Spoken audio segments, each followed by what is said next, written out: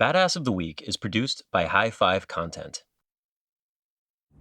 October 14th, 1947. Equipment rattles aboard the cabin of the B-29 Superfortress as it cruises at 220 miles per hour, 35,000 feet above the ground. Captain Chuck Yeager, dressed in his Air Force flight suit, checks his gear as he steps onto the platform of a special elevator.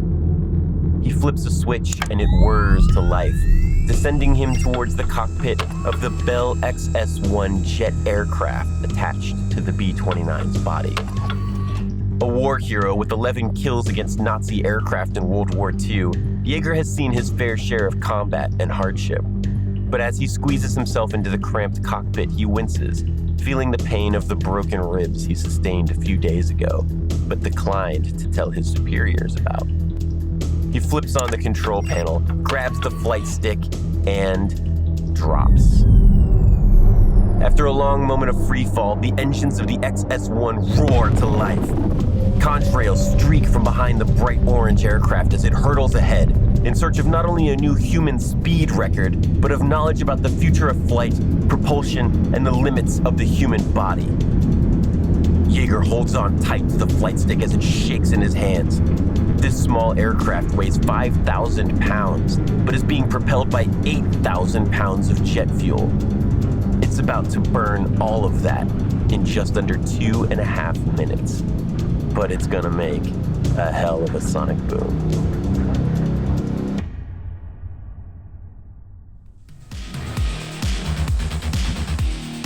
Hello, and welcome back to Badass of the Week. My name is Ben Thompson, and I am joined by, I guess, longtime contributor at this point, Brandon Fibbs. Brandon, you'll remember, has been on several episodes for the show. He is an Emmy-nominated producer. I don't mention that enough, but if I was anything I worked on was nominated for an Emmy, I would mention it all the time. Well, yeah, I'm not the Emmy-nominated person, but the shows I've worked on, quite a few of them have had Emmy nominations, but alas, not I personally. So you're okay. You can get away with it. No, but you should totally claim that. I would totally open with that. It is in my resume, that's for sure. Yeah, I have worked on Emmy-nominated things. My specific part of it might not have been nominated for the Emmy, but you've heard of it.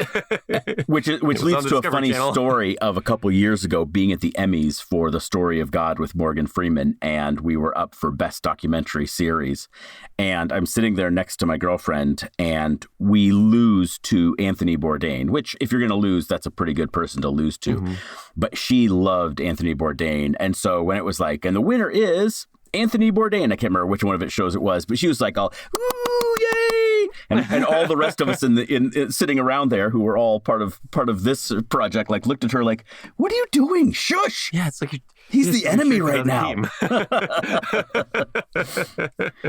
Oh, but I like him though. No, oh man, they're not going to give me a +1 ticket next year. That's right.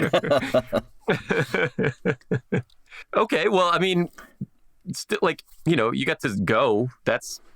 I feel like you could definitely put Emmy nominated. Absolutely. Yeah, absolutely. Yeah. That was quite the experience. It's an awesome thing to do.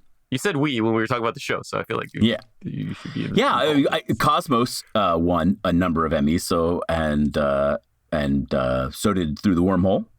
And then The Story of God I don't recall it winning any, but it did get nominated for, I want to say 4 or something like that. So yeah, it's been great. Yeah. Worked on some really cool shows. So Brandon's a big deal is what we're trying to say to you, the listener. Yeah, Brandon doesn't feel like a big deal, especially these days. I don't know if you or your listeners have been paying attention to everything going on in Hollywood right now, but it was best encapsulated by a headline in the Hollywood Reporter this week saying that Hollywood is the new Detroit auto debacle, basically just saying that everything is imploding in Hollywood. Everyone's out of work. Everything's imploding. Everyone's scrambling to find new work. And for a lot of us who have done mostly this for our entire lives, we're all trying to figure out what's next. What do you do if the only thing you've done is television for the last several decades? So it's rough out there right now. Well, That sounds like a bummer, Brandon. What I want to spin, the way I'm going to spin this instead is that you're just a humble guy. Yes, I've been to the Emmys, but I'm just doing my job, which is the thing that is common. We see commonly espoused by badasses, such as the one we're talking about today. That's right. I was just doing my job. That's it. Just doing my job. Just, what did you say about Neil Armstrong? Just landing just landing on the moon with no gas. It's not a big deal. Yeah, anybody would have done it in my position. That's right. That's just the thing that a lot of badasses say when you ask them about this stuff, including the person that we are talking about today. And we're going to talk about maybe one of the greatest American pilots, greatest American heroes of like military heroes, exploration, science, everything. We're going to talk about Chuck Yeager. And Chuck Yeager is a guy that we just did our 100th episode of Badass of the Week. And as part of that, we had some people write in and some people do little like audio clips for us about who do they want to see mentioned in the next 100 episodes. And literally every single person that sent something in for that said Chuck Yeager. Wow. Along their list. So hungry for Chuck. Yes, they're ready for it. And so I figured if we're going to do a hero of aviation, I need to bring in an aviator, which you are or were. Well, not to keep correcting you, but I was Goose.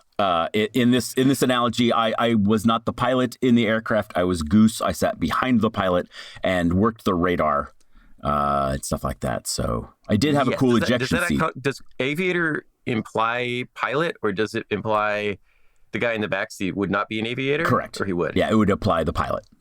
Only the pilot. Oh, yeah. I didn't realize that. Yep. Co-pilot, or the other 5 guys in the back of the B-17 are not aviators. They are crewmen. Air crew? Yep. Air crewmen. Yep. Okay, I learned something today. I'm a fount of knowledge. Yes. But we learned something when we were talking about this episode and getting ready for it, which is that we have both read Chuck Yeager's autobiography. That's right. At a very young age. Yeah. And we're very impressed by it. Yes. In preparation for this episode, I kept coming across stories that I hadn't thought of since I was a kid. And I think like a lot of people, my first introduction to Yeager wasn't the autobiography. I read the autobiography because I watched The Right Stuff. And of course, he's portrayed by Sam Shepard in that. And I think that is the thing that made me go, oh, I want to know more about this guy. And then read that captivating autobiography, which remains on my shelf to this day.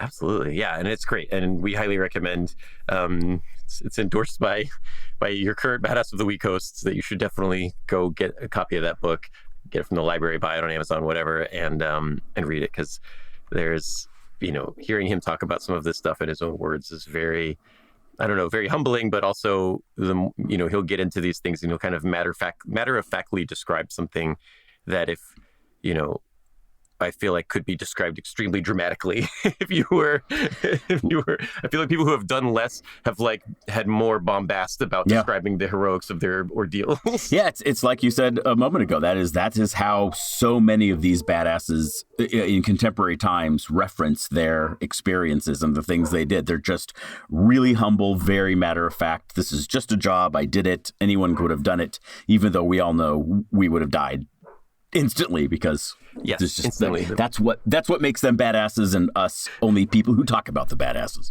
Exactly. Yes, I do not like my odds in air combat against an ME-262. Yeah. Okay, so Brandon, we're gonna take a short ad break, and when we come back, we are gonna jump into the story of Chuck Yeager.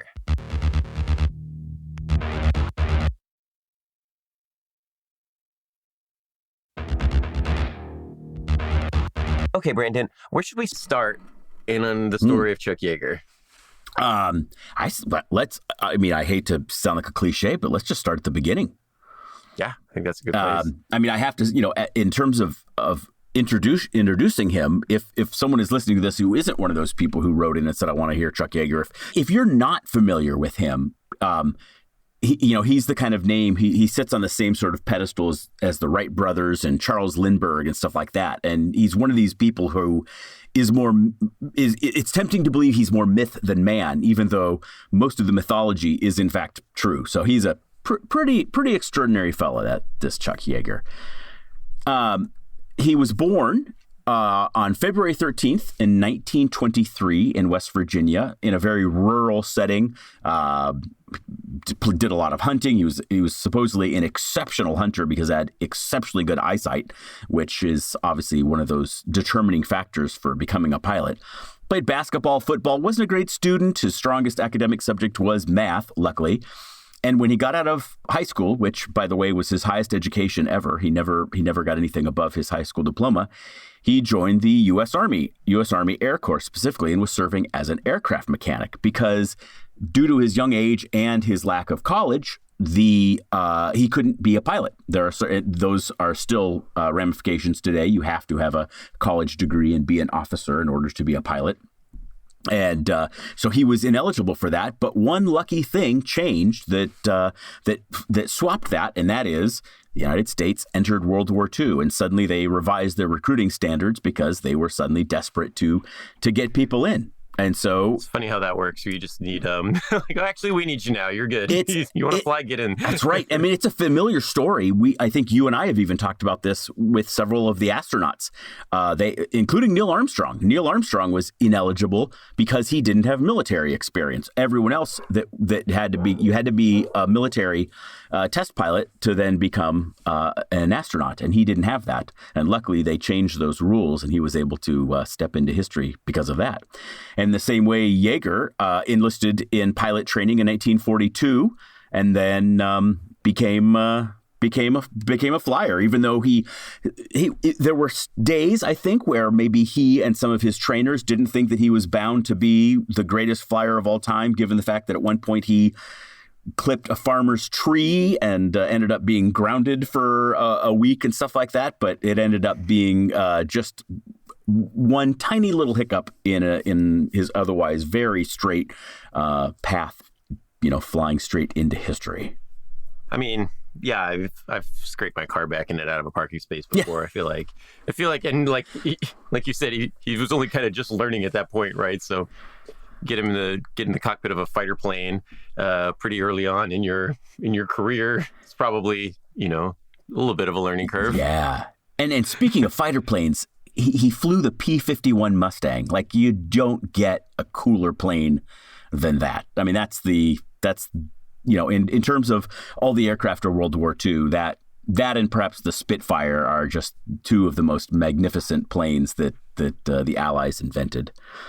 Yeah, just and like kind of an iconic silhouette with the squared off wings. Yes, and, yes. I mean, especially towards the end of the ending part of the war, last couple of years of the war, it's basically all we used. Yep. Yeah. It's crazy to think that was the last war, like that we moved into jet technology just as we got out of that war. Everything changed. Like there was some jet technology in the war. Yeah, just not on our side. Yeah, exactly. Yeah. Exactly. Yeah. So he's flying P-51s out of England, and he names his aircraft Glamorous Glenn after his girlfriend, Glennis Faye Dickhouse. And this is going to become a theme which we will return to, which everyone who knows Chuck Yeager probably already knows this, but he loved naming his aircraft after his girlfriend, said it was good luck and it would always bring him home if he did that, which is kind of staggering idea given the fact that on his 8th mission, he's flying over Bordeaux on March 5th, 1944, and he was attacked by 3 German fighters, and he was shot down, and he had to bail out at 18,000 feet, and as he's descending under the canopy of his parachute, this German fighter circles around, and it's just going to shoot him and kill him as he comes down. And luckily, one of his fellow P-51 pilots intervened and intercepted the plane and shot it out of the sky. And he just fell to the ground watching his plane explode and was instantly surrounded. As soon as he got to the ground, he was surrounded by a dozen men. And luckily, they were French, the Frenchmen, and who quickly hid his chute and led him to a nearby farmhouse where they gave him civilian clothes and food, and they hooked him up with the Mach, which is the name of the French resistance, for all you Star Trek fans out there. And then with his aid, he evaded capture by the Germans for nearly 2 weeks, and which leads to, for me, the single most the single story that I remember more than anything else reading that documentary, and I read that documentary now, 35, 40 years ago or something, but it was the story of when he was going across the Pyrenees Mountains on foot, and he was paired with Lieutenant Omar Patterson, who was a B-24 navigator who'd also been shot down. And one night they had stopped in this abandoned hut in the middle of the woods to rest and eat. And I'm not sure how the Germans figured it out or found out that they were in there, but they surrounded the house, or at least the front of the house, and they started shooting into the house. And the two Americans scrambled out a back window, but Patterson was hit in the knee. And after they were able to evade the Germans, he checked out Patterson's leg, and it was attached. His upper leg and his lower leg were attached by a single tendon. It had literally just taken his leg nearly off. And so Yeager had to amputate his leg, bandage it up, and then he carried the man over the mountains, finally arriving days later at a British base on Gibraltar.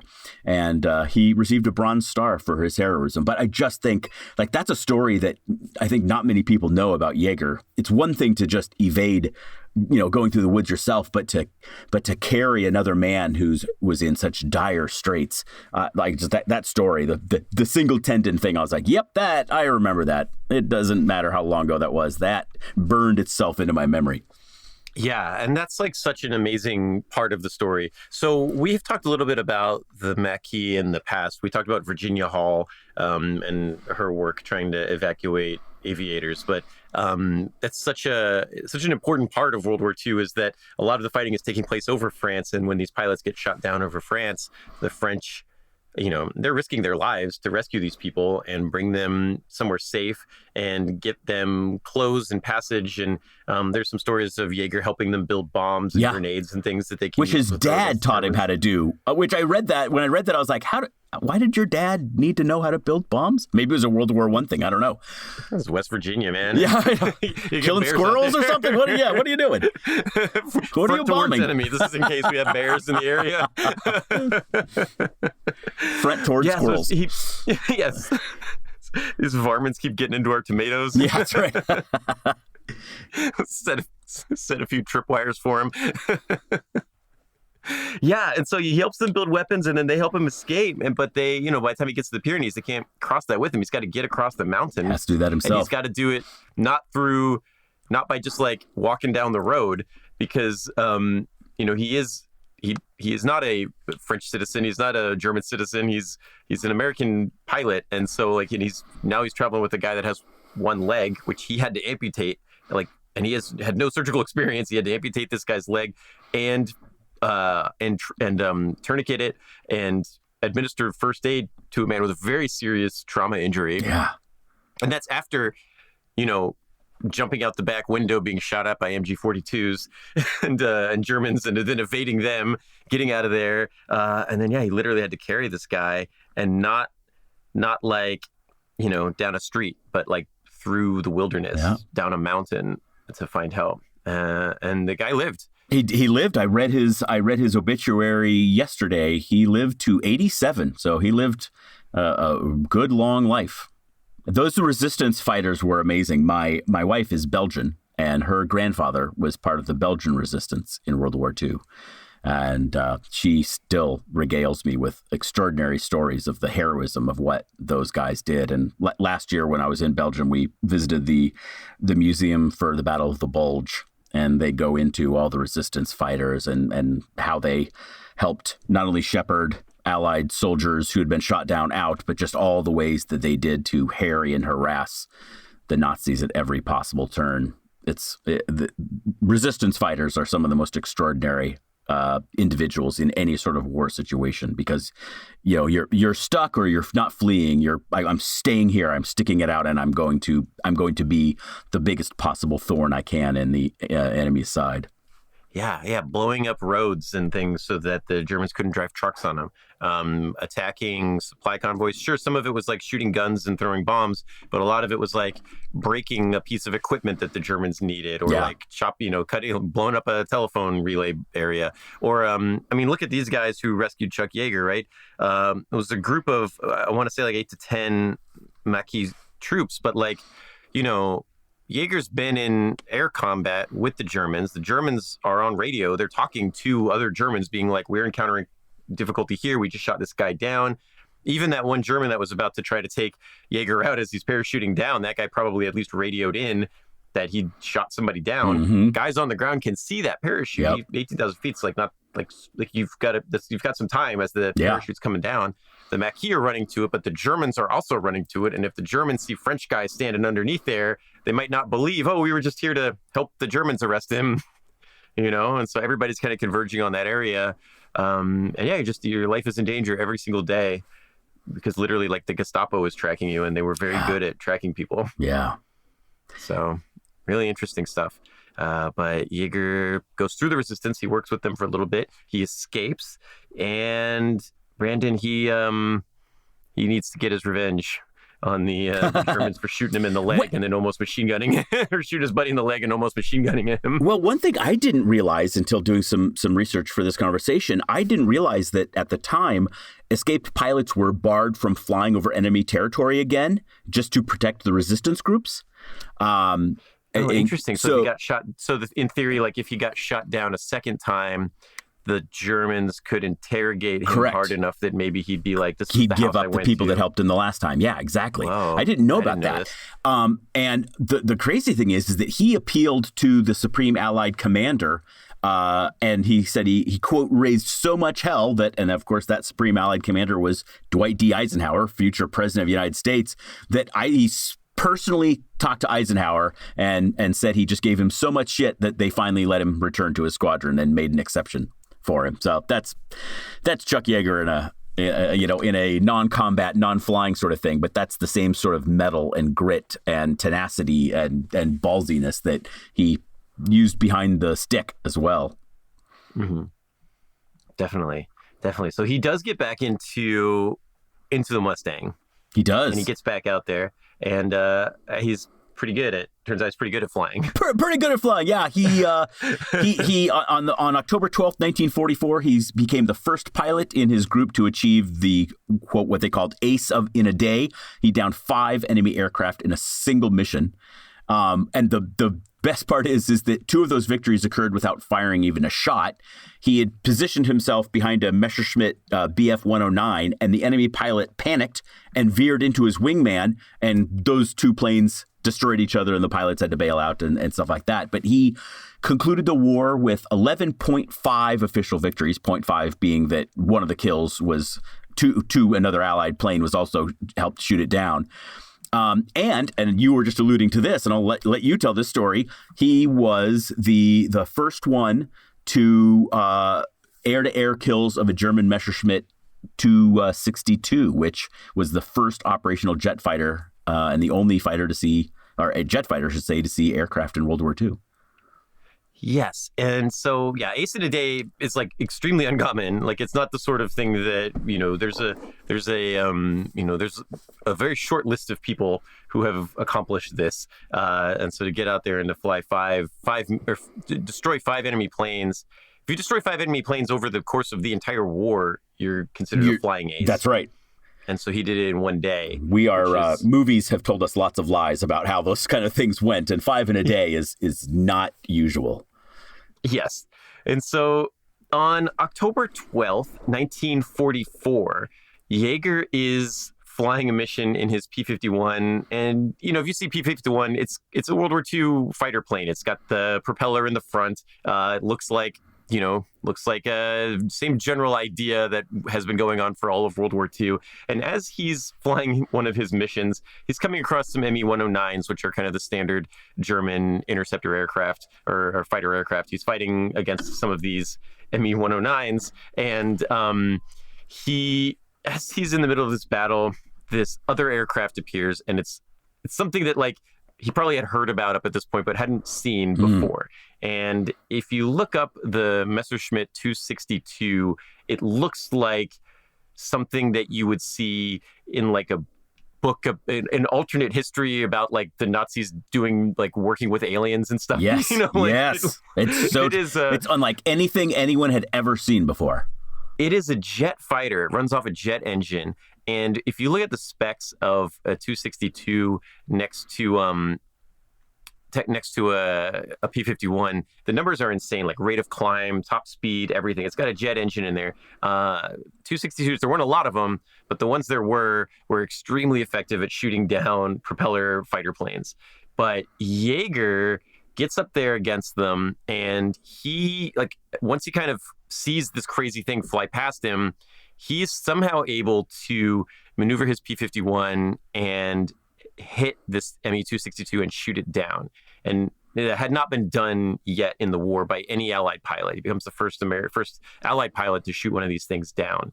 Unless I'm mistaken, he shot it down as it was going in for a landing. I don't know that it if I'm remembering the story correctly, they didn't know he was there, and it was like it wasn't taxiing. It was still in the air, but it was low because it was going to be coming in for a landing, and he was probably in its blind spot or up high with the sun. Kind of came out of that and took it out, and they probably never even saw him coming. That might be the easiest way to knock out a 262. Huh? Well, it's, on some level, you're like, well, that's kind of cowardly, just shooting it down like when it's getting ready. But not when you're like what you're describing, the difference between these two aircraft is astronomical. Like the P-51 was the height of its technology until you introduce jets, and suddenly it becomes overnight obsolete. And so it was a good thing the war ended when it did, because that Messerschmitt was about to turn the tables on everything in the war. Yes. I mean, it kind of, in some ways it kind of mirrors their armor, their tanks and stuff, where it's just like, it's, it had plenty of technical issues. It didn't always work right. If it was working and it was on, it was extremely dangerous. But then you have a lot of problems where, like, it was hard to maintain. It was hard to teach people how to pilot it. And if you did have a good pilot, like you couldn't replace them very easily. And there weren't a lot of them. The ones they had were extremely successful. And let me I can run through a couple of these things here, but the P-51 had so it had a top speed of 437 miles an hour, and the Messerschmitt's was 559, which is like 150 miles an hour faster. Yeah. It could climb. Its rate of climb was 700 feet per minute faster.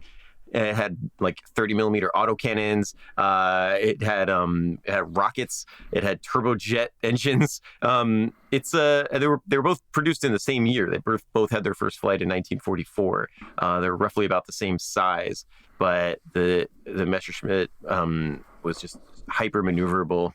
And look, if you got an opportunity to shoot one of those things down, you take it. Even if it's like, right. Even if the pilot's like not in the aircraft, right? You shoot that thing down and you blow it up. If you can, any possible way you can do that, you take it. So Ben, have you ever been, since, for our listeners, Ben and I both live in the Pacific Northwest. Have you ever been to McMinnville, Oregon, to the Evergreen Air and Space Museum?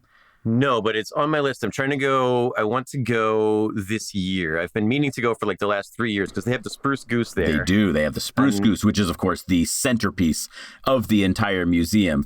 Mm-hmm. But they also have one of these Messerschmitts. It's a replica, but it's a full-size, fully functional Messerschmitt replica. So it's extraordinary to see that. They've got a number of Nazi warplanes, more MiGs than I've ever seen in any museum ever. That's cool. Across all the eras, including up to modernity and stuff. So it's an incredible, I mean, it's worth it just for the spruce goose, but there's so many other things there too that make it just such an amazing place to visit. So if you're ever around Portland, everybody, McMinnville's just a kind of a Portland suburb. It's really extraordinary.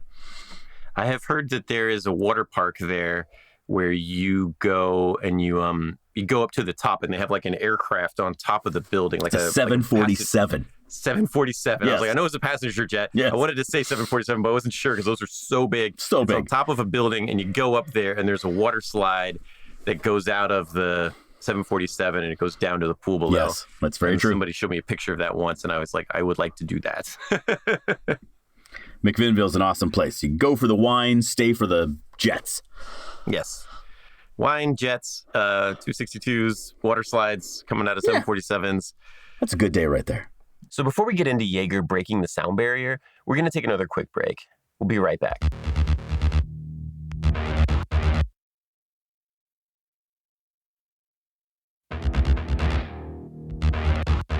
Okay, so Chuck Yeager, this is enough stuff to make him badass of the week. That's right. Just by itself, That's right. Right. He is from West Virginia. He's a mechanic, but he gets pulled into being a pilot. He gets shot down fairly early on in his war career, but he still has flown 8 missions, which is pretty good. Flies 8 missions, he gets shot down. He has this crazy survival story of like meeting the resistance and carrying a wounded man across the Pyrenees on his back.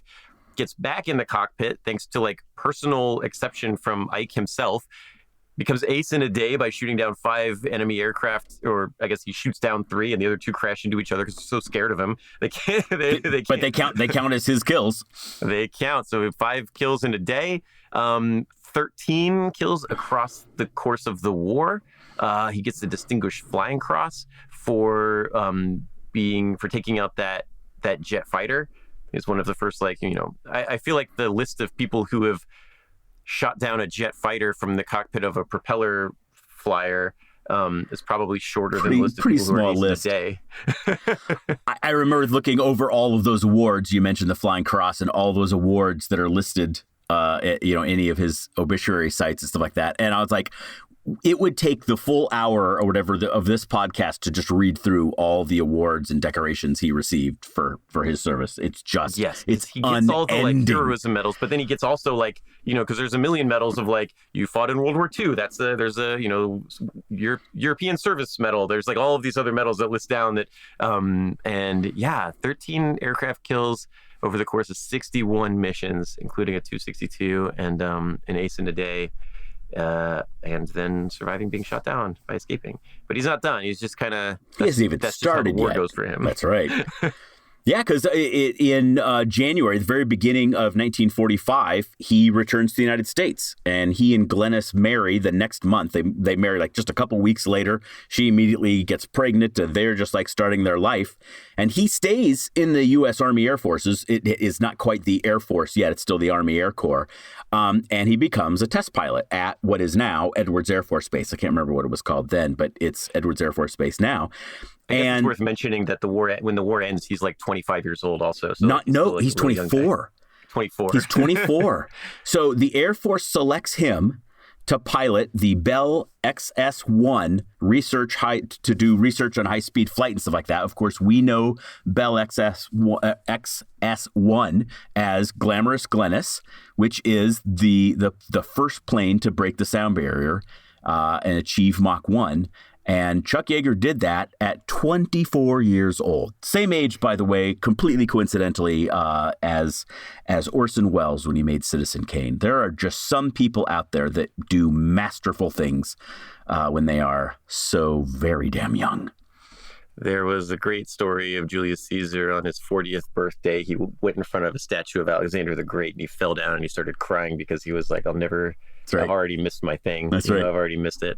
There's a website out there somewhere where you put in your birthday, and then it tells you here's all these things all these amazing things other people have accomplished by the time they were your age. Ben, I will not be visiting that website. Thank you very much. No, I don't recommend it. Man, I was playing a volleyball tournament over the weekend, and there was some kid there, and we were playing okay. I was having a really good game, and he was he was on a team that had been knocked out, so he was kind of, if you lose, then you have to referee the next game. And so we were going through, and we were in the semifinals, and he was like, this kid comes up to me after, and he's like, man, you were doing awesome. You were playing great that game. I was like, oh, thanks. I felt really good. He's like, you were out there playing like you were in your 20s.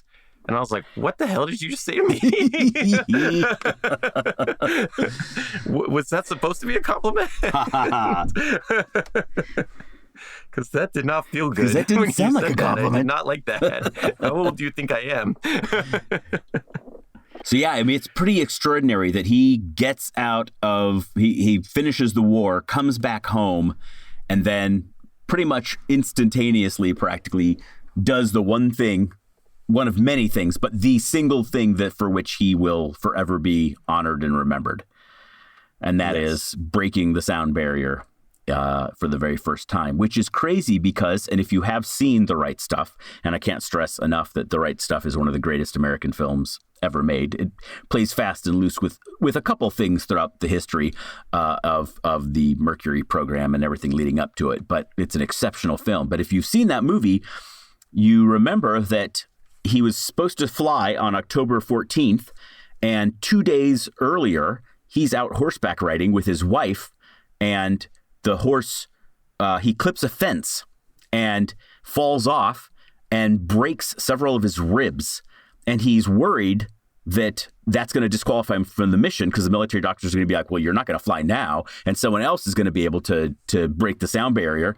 So he goes to a civilian doctor who tapes up his ribs, and like he swears that guy to secrecy. And he incorporates one of his fellow pilots in on this secret, because due to his injury, he had to fashion a makeshift lever out of a sawed-off broom handle to even close the hatch once he got in the plane. Because if you remember, if you've seen the movie, this plane doesn't take off and land. It lands by itself. It doesn't take off by itself.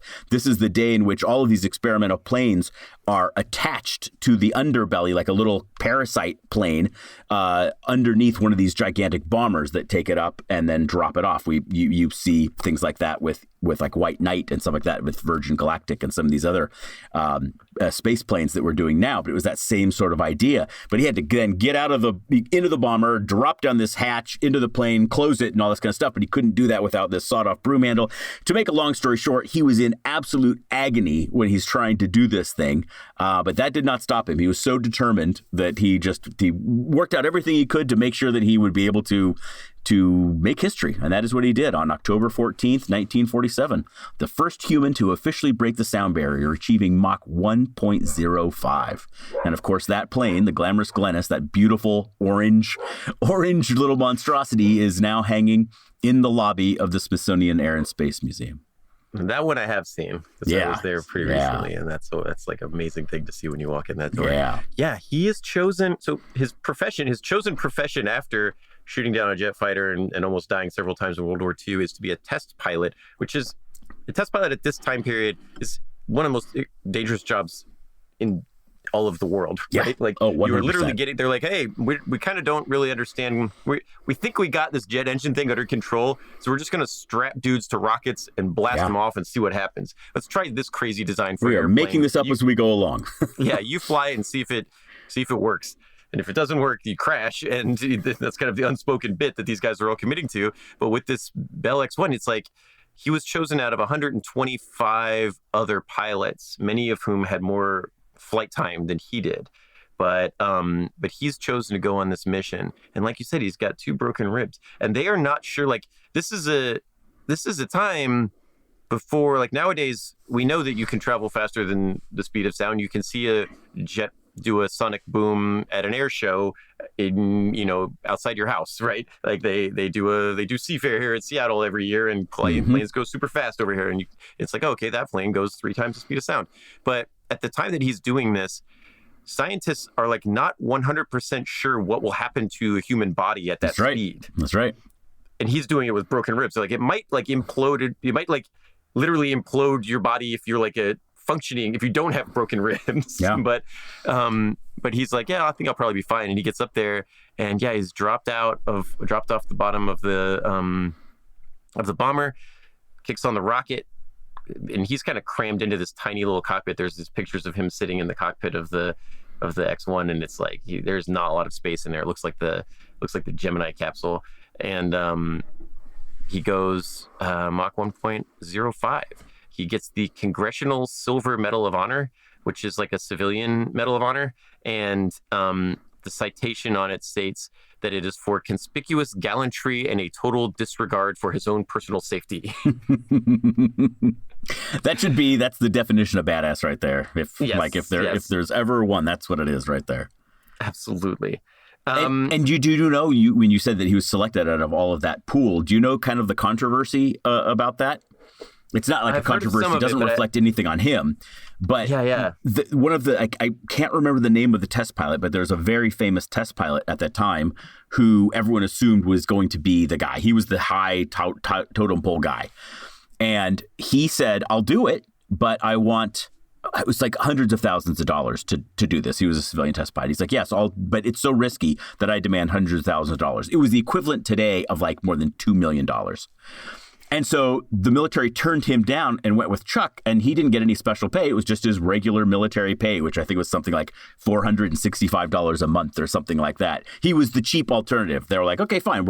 If this thing's not going to work, or if it's going to blow up, or if it's going to kill the pilot inside, we're not going to waste $2 million on it. We'll just give this guy his normal monthly pay and let this kid do it. And he did it. Slick Goodlin was the name of the other guy. Slick Goodlin. Yeah, I knew it was something really like a fun name. Yeah. Yeah. He was the first one to pilot the X1, but he wasn't going to try to push it past the sound barrier without $150,000. Yeah. And he wanted hazard pay for every minute spent over Mach 0.85, which good for him for negotiating, for trying to negotiate. Like what they were asking him to do was extremely dangerous, and he probably should have got paid extra for it. Yeah. I keep thinking every time I think about this moment is that scene from Top Gun Maverick, the beginning of Top Gun Maverick, when Maverick's flying the experimental plane and he hits Mach 10, and just like that sitting there where everyone's crossing their fingers as the counter goes higher and higher and higher and higher. And, very similar situation in that, obviously a fictional movie with a fictional plane, but it's the same idea, like when you cross that threshold, is something going to happen? Is the plane going to disintegrate? Is the pilot going to survive? It's a very similar thing. Chuck Yeager is kind of in this situation the same as like the chimps or Laika, the space dog that the Russians used. He's the guinea pig. We don't know, like you said, we don't know physiologically what's going to happen. And there were a lot of people that thought that you might hit the sound barrier and the plane's going to just completely disintegrate because that's just a barrier you can't cross. They thought that until that day. Yeah. I mean, it's really hard to put your mindset in of how dangerous and how unknown and unexpected this was at the time. Yes. Is this going to warp? I guess the closest thing would be if we invented a light speed drive, right? Yes. Is this going to warp time? Is this going to warp reality? Is this going to do weird stuff to you? Can you survive this? What do you go blind? What's going to happen, right? It makes a sonic boom. Is that something that you can hear? Is that boom going to be coming from inside of the airplane and you're going to explode, right? There's no way to know until you do it, and you can't train Laika the dog to fly an aircraft at Mach 1.05. Okay, but he does it, and he becomes like a national hero overnight. Not overnight. The military kept it a secret for several months. They didn't announce it to the world for I want to say 3 or maybe even 5 months later when they finally broke it. So, I mean, within the aviation community, within everyone who knew, absolutely celebrity overnight. But he didn't become a celebrity to the rest of the world until much later that year. Until they shared the information. Interesting. Yeah. Interesting. Okay. So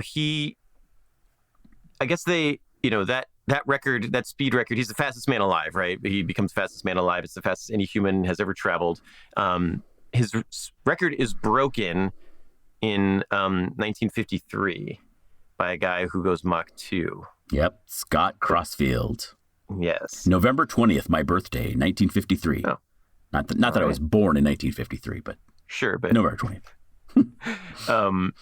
But Chuck Yeager, he liked being the fastest man alive, and he decided to be the fastest man alive again. He's not going to let that stand. Yeah. So he decides he's going to beat that record. Within 2 months of Scott Crossfield doing Mach 2, Yeager gets in a Bell X-1A and goes Mach 2.44. Yep. Now, this is kind of what you were just talking about with Maverick, where they're like, you can't, it's too fast. And he just pushes it to the fastest speed ever recorded in a human-powered vehicle. And then the plane goes completely out of control, plummets 51,000 feet in the span of 51 seconds. Yep. And there are certain things that airframes encounter at speeds like that, where physics start to push back on something moving that fast. And it almost killed him, but he managed to get everything under control and land it safely. Yeah, pulls out of the dive, not that far from the deck. No. When he pulls out of the dive, 51 seconds of falling and that amount of speed that you're falling, it's pretty pretty intense. But I mean, most people just black out at that point, right? I would feel like you would, because you're pulling so many G's at that point that there's no way. Like, I feel like most people would just black out. But he's made of different stuff than regular people, and he was like spinning and certainly out of control, but he pulls it out. And did you hear about how that was announced? The fact that he got the 2.44, Mach 2.44? No. Because Crossfield, they were going to, so they didn't tell the rest of the world even on that either. And they were going to be celebrating the 50th anniversary of the Wright brothers flight. And they were going to have like this big gala, and Crossfield was going to be there. And they'd planned this elaborate thing where he was going to be brought on stage and announced as the fastest man alive. And Yeager purposely timed it so that on that day, when they were going to dub Crossfield the fastest man alive, they revealed that he'd already been beaten and was no longer even the fastest man alive. That Yeager had retaken that again and completely pulled the rug out from underneath him. Oh my God! Introducing the fastest man alive, Chuck Yeager again, and you're just coming out the side doors like a WWE thing. Like, it's Chuck Yeager with a steel chair. Yeah, it's exactly right. I already beat you. Gonna do better than that. He also flew the chase plane so I've written about Jackie Cochran, but I haven't talked about her on the show yet. Yes. But he flew the chase plane when she became the first woman to break the sound barrier. That's right. Which is around this time as well. Yep.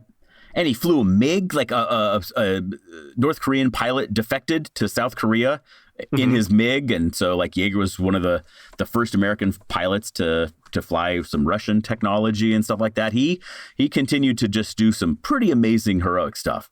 Yeah. They didn't they presumably had people that could read Russian, but Chuck Yeager's still sitting in the cockpit of this thing by himself with a bunch of Cyrillic. Everything's in Cyrillic, right?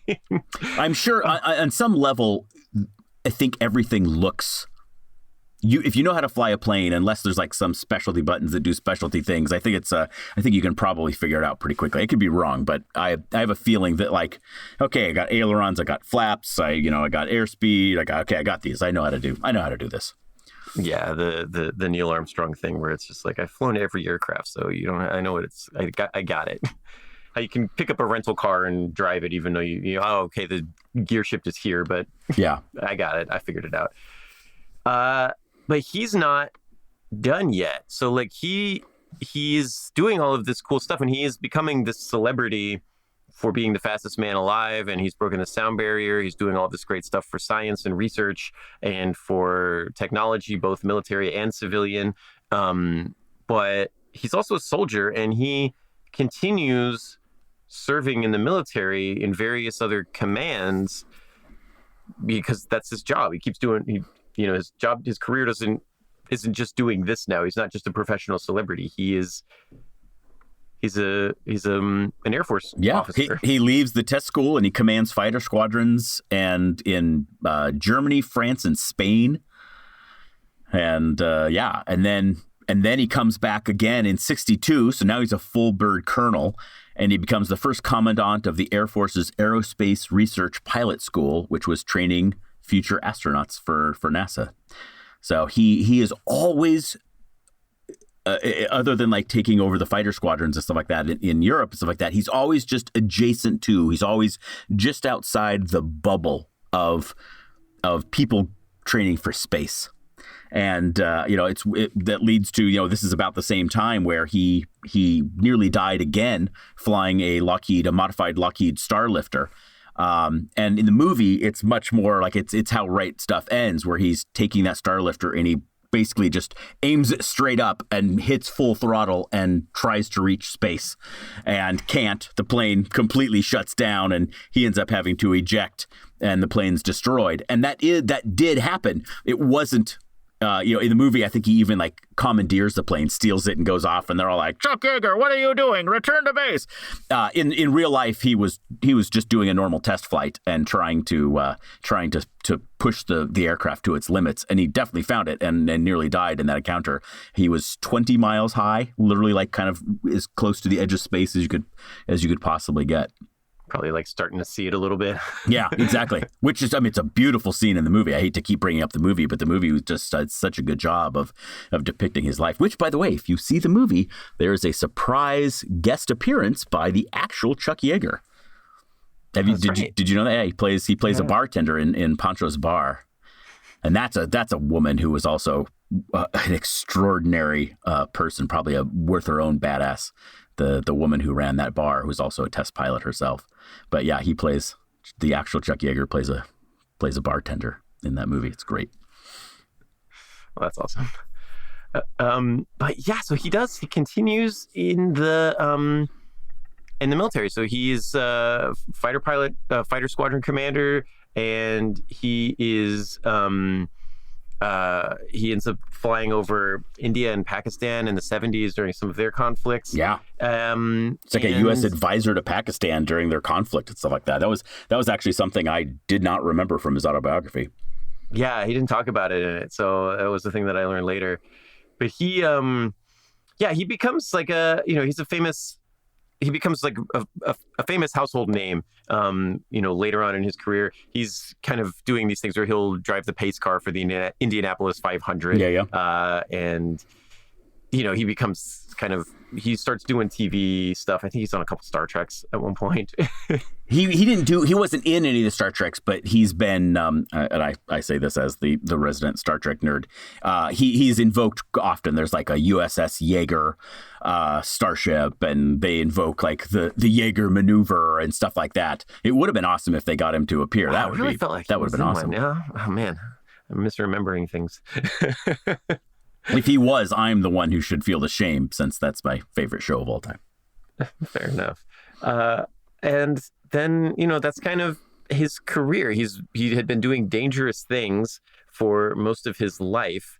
And at the end, he lives into the 1980s. And, for all of the crazy things that he did during his life, he lives to be like 90 something years old, 97, I think. It was, yeah. I mean, like it was crazy, like, because he still was involved in a lot of amazing stuff. Even after he retired, you mentioned some of those other things, like he was appointed by Reagan to be on the commission to investigate the Space Shuttle Challenger disaster. And then also was like an advisor for Electronic Arts flight simulator video games and stuff like that. So yeah, he was always busy writing his biography and stuff like that, which, by the way, I have to say, do you know when he retired? What date? I don't. So he retired in 1975, and he purposely retired on March 1st because it looks so similar to Mach 1. It's just like, a difference of a single letter. Just take out the R or whatever, and then you have Mach 1. And so he's like, I have to retire on March 1st. So he did that. But yeah. And his wife died. His wonderful wife, Glennis, died in 1990 from ovarian cancer. And he ends up living for quite a while after that. He's still flying. I remember, watching him on the news and stuff like that, flying into his 80s and 90s. He broke the sound barrier again as a co-pilot at 89 in an F-15 in 2012. I feel still like I remember going. that. I feel like I remember seeing that news article. Yes, exactly. Same. He didn't die. He died at 97 in 2020. So that's not that long ago, just 5 years ago. Nearly 100 years old. Found love again, although it was a very scandalous thing. He met an actress on a hike in 2000. She'd been in a couple movies opposite Harrison Ford in Witness. Another great movie. And she was 35 years his junior. But they ended up, she moved in weeks after they met, and it pissed his kids off and created this huge spat. But, good for him. He had a good last 20 years there, I guess, with her and stuff like that. But yeah, maybe when he showed up with the younger woman, they were like, I don't know about that. But then after 20 years of marriage, you really can't argue with that. That's true. It worked out, right? Yep.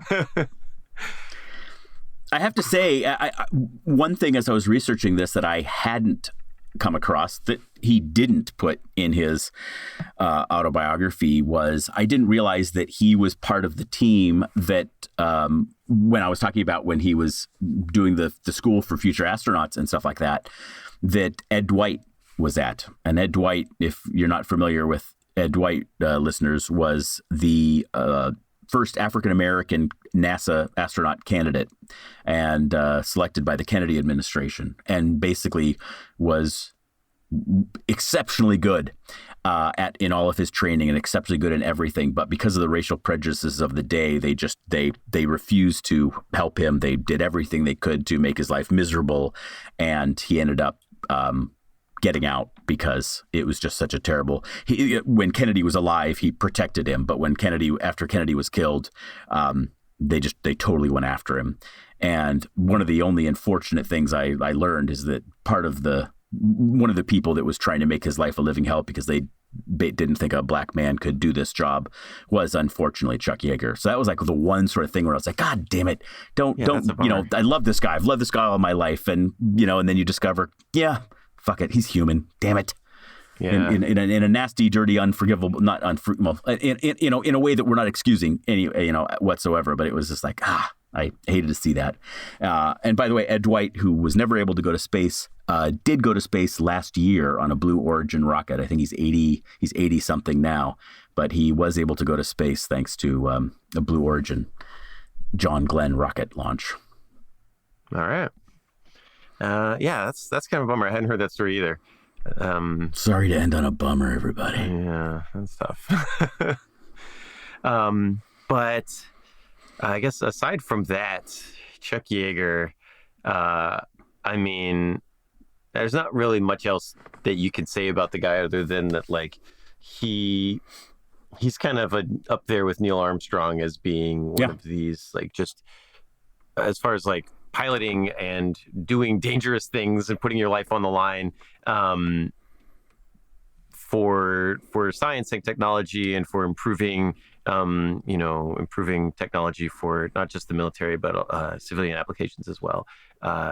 He is one of the greatest flyers that has ever been produced, and his stories of the adventures he had during his life are really difficult to approach. Yeah, I think your comparison to Neil Armstrong is spot on. Other than the fact that Neil Armstrong was recruited by NASA and then went to the moon, of course, which is something that Chuck Yeager desperately wanted to do. But again, because of his lack of education, other things was never allowed to participate in. Otherwise, I'm sure he probably would have been. They let him go to space because he didn't go to college? Didn't go to college. It was still a rule. They weren't going to make an exception for Chuck Yeager? Right, exactly. Because if you look, and that's what I'm saying, like if you put Neil Armstrong and Chuck Yeager's work side by side, the things they did in terms of combat pilots and aces in the field and all the extraordinary planes that they flew and the test pilot, eking out survival in the most dire situations. I mean, they read like the exact same person. It's just that one goes to space at the end and the other one doesn't. But they are almost. I mean, we definitely need to remember Chuck Yeager as one of the greatest aviators of all time, because he was. Yeah, absolutely. Yeah, I read one last cool statistic. Over 70 years, he flew more than 360 different kinds of aircraft. That's insane. That's someone who rightly deserves to be in the Hall of Fame, the National Aviation Hall of Fame, which is aviation's highest honor, which he was inducted into in 1973. There's probably some award for having like 300 hours of flight time. Forget about 360 actual aircraft that you've flown. Yep.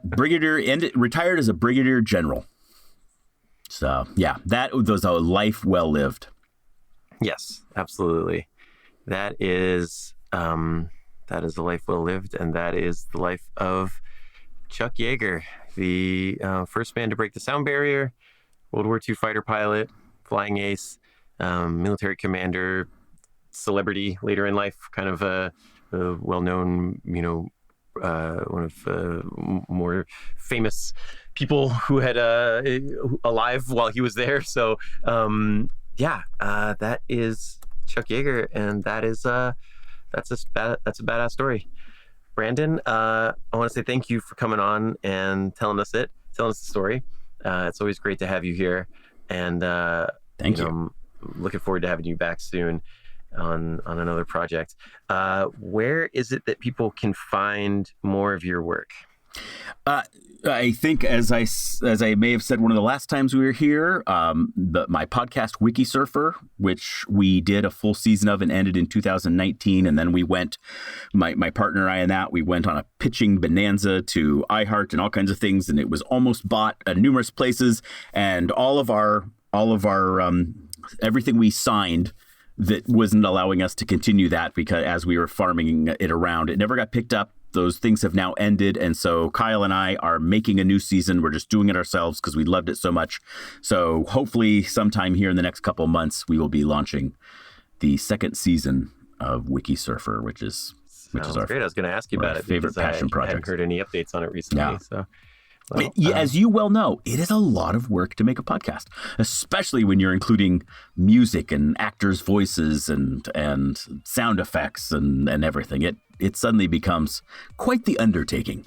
But man, at the end of it, it's so good. Awesome. Well, we will definitely keep an eye out for it when it comes out. We'll definitely have you back on to talk about it, and we'll find a good badass to tie it into. Sounds great. I love it. Awesome. Brandon Fibbs, Fibbs, if you do want to look him up. Brandon, thanks so much for being on here, and thanks to all of you guys. Thank you. Yeah, and thanks to all of you for listening.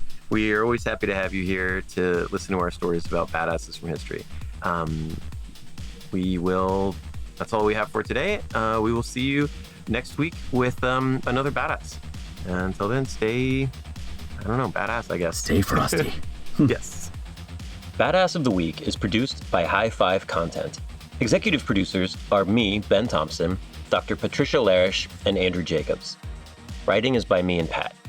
Story editing by Ian Jacobs. Mixing and music and sound design by Jude Brewer. Special thanks to Noel Brown at iHeartRadio. Badass of the Week is based on my website, badassoftheweek.com, where you can read all sorts of stories about other badasses. If you want to reach out with questions or ideas, you can email us at badasspodcast@badassoftheweek.com. If you like this podcast, please subscribe, follow, listen, and tell your friends and tell your enemies. And please leave us a rating. We'll be back next week with another one.